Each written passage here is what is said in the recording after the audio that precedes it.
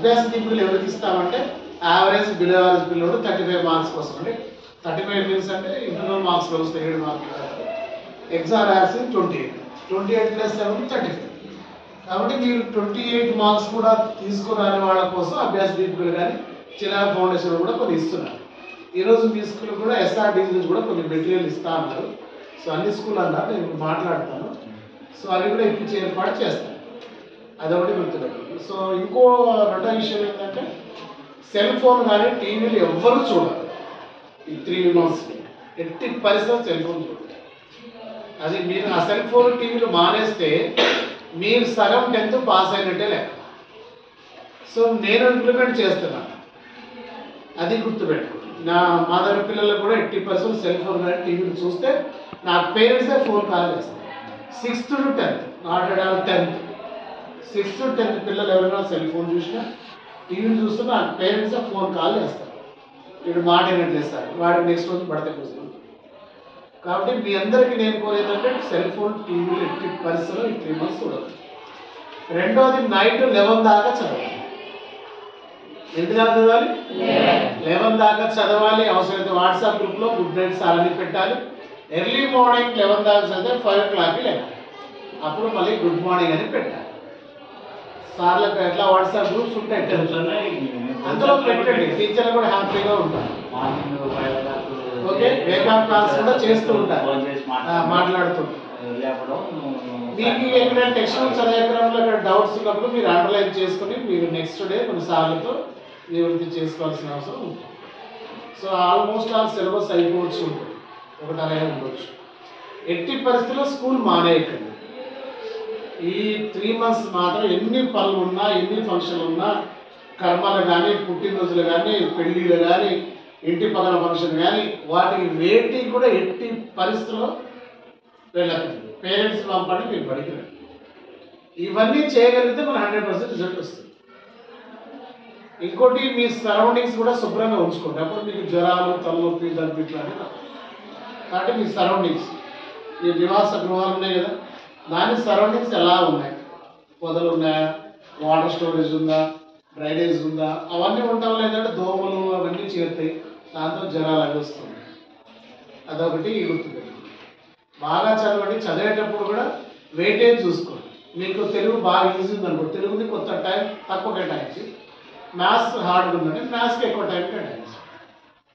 ఇక below average పిల్లలు అంటే ఏ యూనిట్స్ బాగా హార్డ్గా ఉందో అవి కాకుండా ఈజీగా యూనిట్స్ ఎప్పుడు ప్లాన్ చేసుకున్నా మీరు పాస్. ఓకే, ఇలా ప్లాన్ చేసుకోండి. తర్వాత రైటింగ్ స్కిల్ కూడా పెంచుకుంటాం. 2.5 hours ఎగ్జామ్ ఉంటుంది, అక్కడ టైం సరిపోతుంది. కాబట్టి రీడింగ్ స్కిల్ కూడా ఒకసారి చూసుకోండి. ఇంటర్నల్ మార్క్స్ కూడా మా అందరికీ దాదాపు తగ్గించకుండా వేయండి, మరి మనకు ఎక్కువ వస్తుంది. సో ఇంటర్నల్ మార్క్స్ విషయంలో కూడా మేము టీచర్లు కూడా రిక్వెస్ట్ చేస్తున్నాం, మా దగ్గర కూడా యాడ్ చేయమని. మీరు కూడా నోట్స్ నీట్గా ఉంచుకోండి, ఎవరు చూసుకోండి. డిసిప్లిన్గా మెయిన్గా ఉండాలి.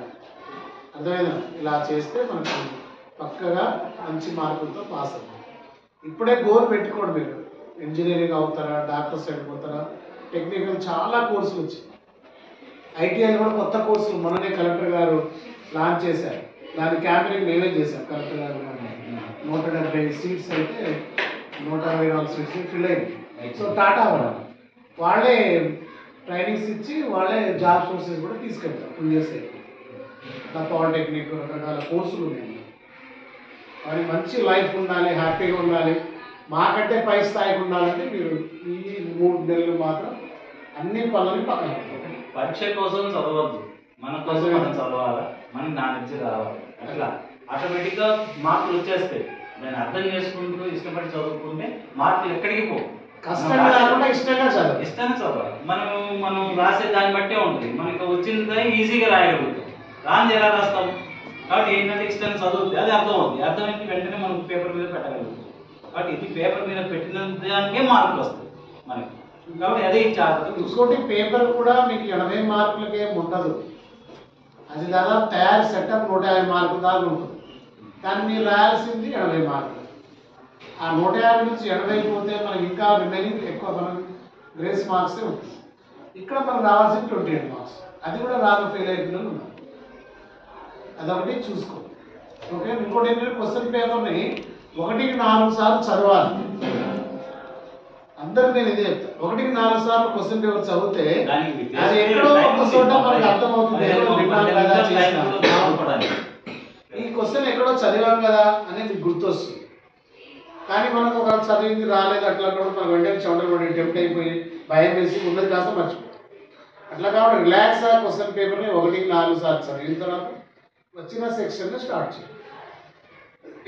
ఫస్ట్ ఏ సెక్షన్స్ బాగా రాసి దాని నుండి మార్కులు వీళ్ళ వాటిని కూడా డిపెండ్ అయి ఉంటుంది. ఓకేనా? సో అందరికి ఆల్ ది బెస్ట్. 21